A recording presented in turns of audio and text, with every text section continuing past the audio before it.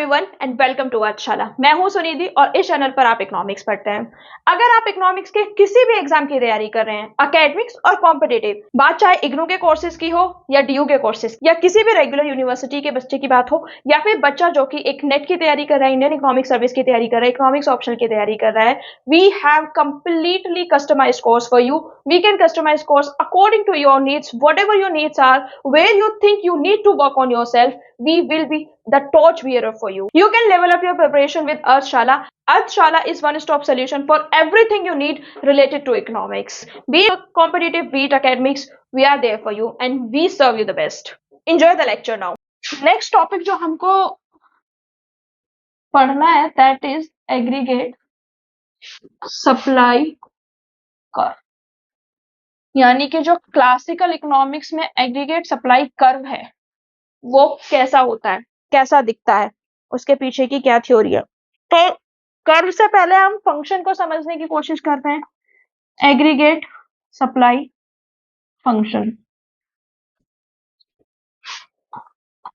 इससे पहले हम माइक्रो के सप्लाई फंक्शन की समझने की कोशिश करते हैं। किसी भी माइक्रो में, जब मैंने इंडस्ट्री में आपको सप्लाई कर्व पढ़ाया है, तो माइक्रो में मैंने आपको सप्लाई कर्व कैसे पढ़ाया है, क्या बताया मैंने सप्लाई कर्व के बारे में। माइक्रो में सप्लाई कर्व में मैंने आपको क्या बताने की कोशिश की थी कि हर एक प्राइस पे प्रोड्यूसर कितना आउटपुट प्रोड्यूस करने के लिए रेडी है, दैट इज द सप्लाई। ठीक है, यानी कि अगर प्राइस 10 है तो मैं कितना आउटपुट दे रहा हूं, मेरा प्राइस 12 हो जाएगा तो मैं कितना आउटपुट दूंगा, मेरा प्राइस 14 हो जाएगा तो मैं कितना आउटपुट दूंगा, that is my supply curve.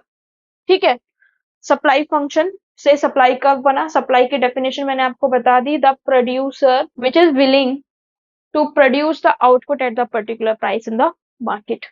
अब जब हम एग्रीगेट सप्लाई फंक्शन की बात करते हैं तो जितनी भी इंडिविजुअल फर्म्स हैं उन सबका समेशन। ठीक है, यानी कि जितने भी इंडिविजुअल फर्म्स हैं उन सबको अगर हम ऐड कर दें, इकोनॉमी में जितने भी इंडिविजुअल फर्म्स हैं सबको अगर हम ऐड कर दें तो वो हमारा क्या हो जाएगा, एग्रीगेट सप्लाई फंक्शन। अब इससे क्या है, एग्रीगेट सप्लाई फंक्शन जिस तरीके से मार्केट में क्या होता है, पॉजिटिवली रिलेटेड होता है सप्लाई फंक्शन। यानी कि जब जब प्राइस बढ़ेगा तो सप्लाई जो है वो ऑटोमेटिकली बढ़ जाएगी। क्यों बढ़ेगी, क्योंकि प्राइस बढ़ा, प्राइस बढ़ने की वजह से प्रोड्यूसर जो है वो अब ज्यादा रिवेन्यू अर्न कर पाएगा, और ज्यादा रिवेन्यू अर्न कर पाएगा इसी वजह से वो क्या करेगा, ज्यादा आउटपुट को सप्लाई करेगा। ठीक है, इतना आपको समझ में आ गया होगा। अब जो परफेक्टली कॉम्पिटिटिव फर्म है, जितनी भी परफेक्टली कॉम्पिटिटिव फर्म्स होती हैं वो जो प्रोड्यूस करती है, पहली बात तो परफेक्ट कंपटीशन की अजम्पशंस मैंने आपको पहले भी पढ़ाई थी, जब मैंने प्रोडक्शन फंक्शन पढ़ाया था, माइक्रो में भी पढ़ाई हुई है। तो उसमें क्या होता है कि कोई भी एक इंडिविजुअल फर्म जो होती है ना, वो इतना बड़ा एक मार्केट शेयर नहीं होता, इतना बड़ा इन्फ्लुएंस नहीं होता उसका कि वो इंडस्ट्री को इम्पैक्ट कर पाए। यानी कि मैं कितने लोगों को हायर कर रही हूँ, that is not going to impact the amount of the entire industry is hiring. ठीक है, मैंने कितना वेज रेट रखा है, that is not going to impact the entire industry. ठीक है, ये सबसे इंपॉर्टेंट बात इसमें हमें देखने के लिए मिली। अब हमको इंडिविजुअल जो फर्म्स हैं वो मनी वेज के हिसाब से डिसाइड करती हैं। ठीक है, money wage, real wage, quantity of labour किस तरीके से रिलेटेड है वो हमने अभी अभी बिल्कुल समझने की कोशिश की। अब हमको जो सबसे इंपॉर्टेंट चीज इसमें समझनी है वो ये समझनी है कि जो एग्रीगेट सप्लाई कर्व है वो एग्रीगेट सप्लाई और प्राइस के बीच का रिलेशन बताता है। इतना हमको समझ में आ गया। क्लासिकल थ्योरी ने ये माना, क्योंकि जो क्लासिकल थ्योरी के जितने भी इकोनॉमिस्ट थे, कि जो एग्रीगेट सप्लाई कर्व है that will be perfectly in elastic. ठीक है, परफेक्टली इन इलास्टिक कर्व कैसा होता है वो हम समझते हैं।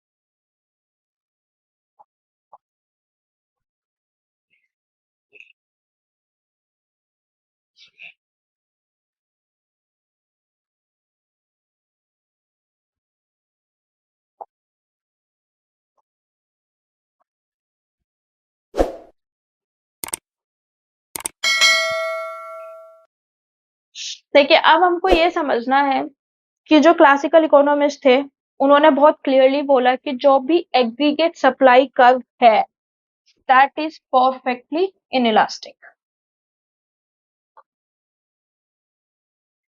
This is aggregate supply, this is aggregate supply curve. ठीक है, अब ये परफेक्टली इनइलास्टिक क्यों है, यानी कि दिस इज एग्रीगेट सप्लाई 1, इतने इस लेवल पे हमारा फुल एम्प्लॉयमेंट जो है वो स्टैब्लिश हो गया. देखिए सबसे इंपॉर्टेंट बात यह है कि जो हमारा आउटपुट है वो क्लासिकल मॉडल में कैसे डिसाइड होता था. क्लासिकल मॉडल में आउटपुट डिसाइड होता था कि एक लेबर मार्केट इक्विलिब्रियम बना. क्लासिकल रफली मैं आपको समझा रही हूँ, ठीक है. ये लेबर डिमांड, ये लेबर सप्लाई, और ये हो गया हमारा प्रोडक्शन फंक्शन. लेबर डिमांड, ये लेबर सप्लाई, ये लेबर डिमांड, इस लेबर W अपॉन P, ये रियल वेज, और इस रियल वेज में हमने L1 लेबर को हायर किया, और इस L1 लेबर ने जो प्रोडक्शन फंक्शन था, let's say this is the production function, ये जो टोटल प्रोडक्शन फंक्शन था, इस प्रोडक्शन फंक्शन पे जब हमने एक्ट किया तो हमने इतना आउटपुट बनाया YF. ठीक है, यानी कि हमने जो क्लासिकल मॉडल की इकोनॉमिक्स में जो थ्योरी पढ़ी, क्लासिकल इकोनॉमिक्स की जो थ्योरी पढ़ी, उसमें हमने एक चीज मानी थी दैट ओनली वेरिएबल फैक्टर क्या था, हमारा लेबर था. यानी कि हमारा जो आउटपुट बढ़ेगा या घटेगा वो किस पे डिपेंड करेगा, वो पूरा का पूरा लेबर पे डिपेंड करेगा. शॉर्ट रन की बात हो रही है, याद रखिए लॉन्ग रन की बात नहीं हो रही है. अभी हम केवल शॉर्ट रन की बात कर रहे हैं, यानी कि शॉर्ट रन में अगर मेरे को अपना प्रोडक्शन बढ़ाना है तो मैं लेबर सप्लाई बढ़ा दूं, और अगर शॉर्ट रन में मेरे को लेबर सप्लाई कम करनी है तो मैं अपना प्रोडक्शन फंक्शन कम कर दूं. या तो यहाँ पे मेरी लेबर सप्लाई बढ़े तो आप देखिए मेरा आउटपुट जो है वो खुद बढ़ जाएगा, पहला तरीका. दूसरा तरीका, अगर मेरे को लेबर सप्लाई नहीं बढ़ानी है तो मेरे पास कोई ऐसी टेक्नोलॉजी आ जाए. ठीक है, अगर मेरे पास टेक्नोलॉजी बेटर आ गई तो मैं ज्यादा प्रोडक्शन कर पाऊंगा. ठीक है, तो अगर मैं केवल लेबर पॉइंट ऑफ व्यू से बात करूं तो शॉर्ट रन में प्रोडक्शन बढ़ाने का सिर्फ एक ही तरीका है, दैट इज लेबर. लेबर को मैं इंक्रीज करूंगा तो माई आउटपुट विल बी इंक्रीज्ड. इतना आपको समझ में आया? पहले दिन से यार ये बातें मैं समझाती आ रही हूँ, आज क्लासिकल थ्योरी खत्म हो जाएगी, मैं बार बार एक ही चीज समझाती हुई आ रही हूँ, अब इनमें तो कोई कंफ्यूजन नहीं होना चाहिए. अब लेबर जो है, लेबर लेबर डिसाइड कर रही है कि कितना आउटपुट बनेगा. अब लेबर कितना एम्प्लॉय होगा वो कौन डिसाइड कर रहा है? Labour market equilibrium. Labour demand कितना है, लेबर सप्लाई कितना है, उसके इक्विलिब्रियम से डिसाइड हो रहा है कि लेबर कितना हायर होगा. अब मैंने अभी थोड़ी देर पहले आपको बताया कि जो लेबर मार्केट है वो अनअफेक्टेड रहती है प्राइस चेंज से. अभी जो मैंने आपको बताया, देखिए दोनों चीजें ना कंबाइन कर लीजिए, साथ में कर लीजिए, समझ में आ जाएगी आपको. इसमें मैंने आपको क्या बताया, यहाँ पे मैंने आपको क्या बताया, यहाँ पे मैंने आपको सिंपली एक चीज बताई है कि जो लेबर सप्लाई है वो तो अफेक्ट ही नहीं हो रही भाई. आपका प्राइस कम हो जाए, ज्यादा हो जाए, रियल वेज तो इम्पैक्ट ही नहीं हो रहा, लेबर तो आप उतना ही एम्प्लॉय कर रहे हो. ठीक है, यानी कि अगर आपका प्राइस P1 से बढ़ के 2P1 हो जाए तो भी तो हमारा रियल वेज चेंज नहीं हो रहा है, तो अभी तो हम L1 ही लेबर को एम्प्लॉय कर रहे हैं. अगर प्राइस P1 से 2P1 हो जा रहा है तो हम वेज भी क्या कर रहे हैं, 2W1, equally proportionate change in the wage rate. और जब जब equally proportionate change wage rate में होगा तब तब क्या होगा, this will not impact the labour market. Real veg जो है वो इम्पैक्ट नहीं हुआ, रियल मार्केट में जितने हम पहले एम्प्लॉय कर रहे थे उतने ही हम अभी भी एम्प्लॉय कर रहे हैं. प्राइस चेंज का टेम्परेरी इफेक्ट हमको देखने को मिला when we talked about money wage, but we cannot see any impact when we are talking about real wage. That is why there is just one point of labor demand and labor supply intersection. Money wage के cases में हमको 3 different equilibrium देखने को मिले at 3 different prices. But उसका ultimate conclusion क्या था? उसका अल्टीमेट कंक्लूजन भी तो सेम था कि हम we ended up hiring labour only L1। ठीक है, बहुत सिंपल सी बेसिक सी बात, क्योंकि जो प्राइस है, जब प्राइस जो है वो आपकी लेबर जितनी एम्प्लॉय होनी है उसको इम्पैक्ट नहीं कर रहा है। अब प्राइस लेबर को इम्पैक्ट नहीं कर रहा है और लेबर डायरेक्टली क्या बनाती है? आउटपुट, यानी कि वो आउटपुट को इम्पैक्ट नहीं कर रहा है। मैंने क्या बताया? देखिए बिल्कुल सिंपल सी लॉजिकल रीजनिंग, दोनों को आप पैरेलली रख के चलिए। बहुत सिंपल सी लॉजिकल रीजनिंग, मैंने बताया कि जो शॉर्ट रन है ना, शॉर्ट रन में केवल हमारा एक ही वेरिएबल फैक्टर है, दैट इज लेबर। अगर हमको और चेंज करना है तो हमको लेबर की क्वांटिटी को चेंज करना पड़ेगा। और फिर मैंने अभी यहां से क्या बताया कि हम लेबर की क्वांटिटी चेंज नहीं कर पा रहे हैं, चाहे हम प्राइस को बढ़ा दें या घटा दें, क्योंकि जैसे ही हम प्राइस बढ़ा रहे हैं घटा रहे हैं उतना ही चेंज मनी वेज में हो जा रहा है। ठीक है, बिकॉज लेबर पे आउटपुट डिपेंड है and we are unable to change the quantity of labour. Why we are unable to change quantity of labor? Why we are unable to change quantity of labor? Because equiproportionate changes in, because of equiproportionate changes in money wage. इस P1 बढ़ रहा है तो मेरा wage rate W1, ठीक है, P1 से बढ़ के मेरा प्राइस हुआ 2P1, तो मेरा मनी वेज रेट भी बढ़ के क्या हो जाएगा? 2W1 upon 2P1, it will be cancel out, ultimately मेरा रियल वेज रेट क्या रह जाएगा? W1 upon P1। और जब मेरा रियल वेज इंपैक्ट नहीं हो रहा है तो मैं लेबर कितनी एम्प्लॉय करूंगा? जितनी पहले कर रहा था। मैं अपना लेबर ज्यादा एम्प्लॉय नहीं कर सकता तो मैं ज्यादा प्रोड्यूस भी नहीं कर सकता। इनडायरेक्टली क्या मैं ये कह सकती हूँ कि जो मेरा प्राइस चेंज है वो लेबर को इम्पैक्ट नहीं कर रहा है, क्योंकि मेरा जो प्राइस चेंज है वो लेबर मार्केट इक्विलिब्रियम में इम्पैक्ट नहीं लेकर आ पा रहा है। वो प्राइस चेंज जो है वो ना तो लेबर को ज्यादा हायर कर पा रहा है ना ज्यादा कम कर पा रहा है।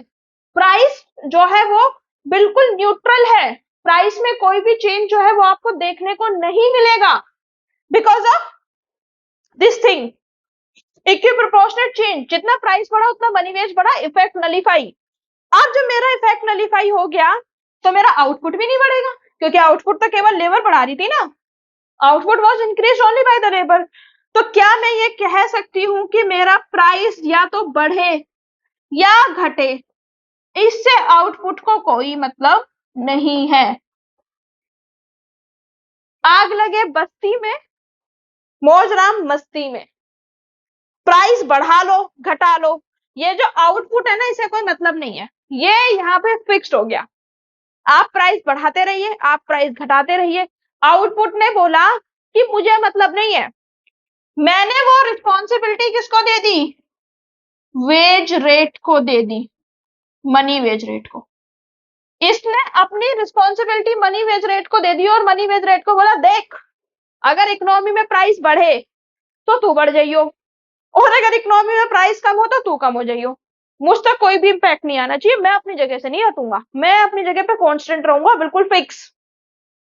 तो मनी वेज ने उसकी बात को फॉलो किया, तो जैसे जैसे प्राइस बढ़ा वैसे वैसे मनी वेज बढ़ गया, उसकी वजह से रियल वेज रेट पे कोई इम्पैक्ट नहीं आया, रियल वेज रेट पे इम्पैक्ट नहीं आया तो लेबर डिमांड पे कोई इम्पैक्ट नहीं आया, क्योंकि लेबर ही ऐसा एक कंपोनेंट है जो कि शॉर्ट रन में प्रोडक्शन को चेंज कर सकता है।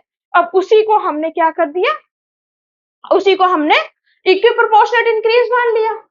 ठीक है, अब हम लेबर नहीं बढ़ा सकते, लेबर नहीं बढ़ा सकते तो आउटपुट नहीं बढ़ेगा, आउटपुट फिक्स्ड हो गया, इसीलिए आउटपुट जो है वो एग्रीगेट सप्लाई कर इनइलास्टिक हो गया। बहुत सिंपल सी कहानी है। अब इस चीज को आप कैसे समझेंगे, ये चीज मैंने आपको बताई, बहुत सिंपल है। ठीक है, अगर इक्विप्रोपोर्शनेट चेंजेस जो मनी वेज रेट पे माना गया है, ये जो एक असम्पशन मानी गई है, अगर हम इसको क्वेश्चन कर दें तो हमारा जो एग्रीगेट सप्लाई कर्व है ये पूरा क्वेश्चन हो जाएगा, बट वो हम करेंगे कीनेसियन थ्योरी में, क्लासिकल में तो करेंगे नहीं। अब बहुत सिंपल, बहुत जितना भी मैंने अभी पूरी रामायण बताई है ना, मैं उसको बिल्कुल बहुत इजीली सम अप करने की कोशिश करती हूँ। मैंने लेबर मार्केट इक्विलिब्रियम में स्टैब्लिश किया। लेबर मार्केट इक्विलिब्रियम में मैंने आपको बताया कि क्वांटिटी थ्योरी ऑफ मनी के अकॉर्डिंग अगर मनी सप्लाई बढ़ेगी तो प्राइस भी बढ़ेगा, और फिर मैंने आपको बताया कि अगर प्राइस बढ़ेगा तो उसका मनी वेज पे इम्पैक्ट आएगा।